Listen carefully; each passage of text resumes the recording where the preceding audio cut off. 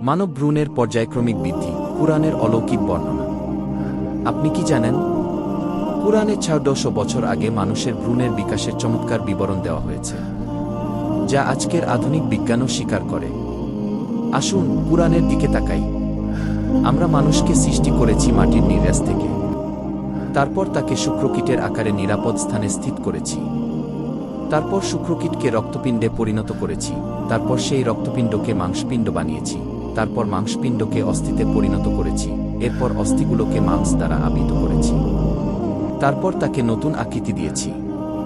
অতএব মহান আল্লাহ, যিনি সর্বশ্রেষ্ঠ সৃষ্টিকর্তা। সূরা মুমিনুন ২:৩, ১:২, ১:৪। আজকের বিজ্ঞান বলছে মানব ভ্রূণের বিকাশ ঠিক এই ধাপগুলো অনুসারে হয়। প্রথমে নুফতা, স্পার্ম ড্রপ, তারপর আলাকা, ব্লাড ক্লট, তারপর মুদগা, চিউড লাইক সাবস্টেন্স, তারপর হাড়ের গঠন এবং পরিশেষে হাড়ে মাংসের আবরণ। যে কুরআন ৬০০ বছর আগে আমাদের শরীরের রহস্য জানিয়েছে, তা কি শুধু মানুষের লেখা হতে পারে? এই অসাধারণ সৃষ্টির পেছনে একমাত্র মহান আল্লাহর শক্তি কাজ করছে। আপনি কি এখনও কুরআন সম্পর্কে জানার আগ্রহী নন? কুরআন জানুন, বিজ্ঞানের সাথে মিল খুঁজুন। আপনার মতামত কমেন্টে জানান, শেয়ার করুন সত্য প্রচারের জন্য।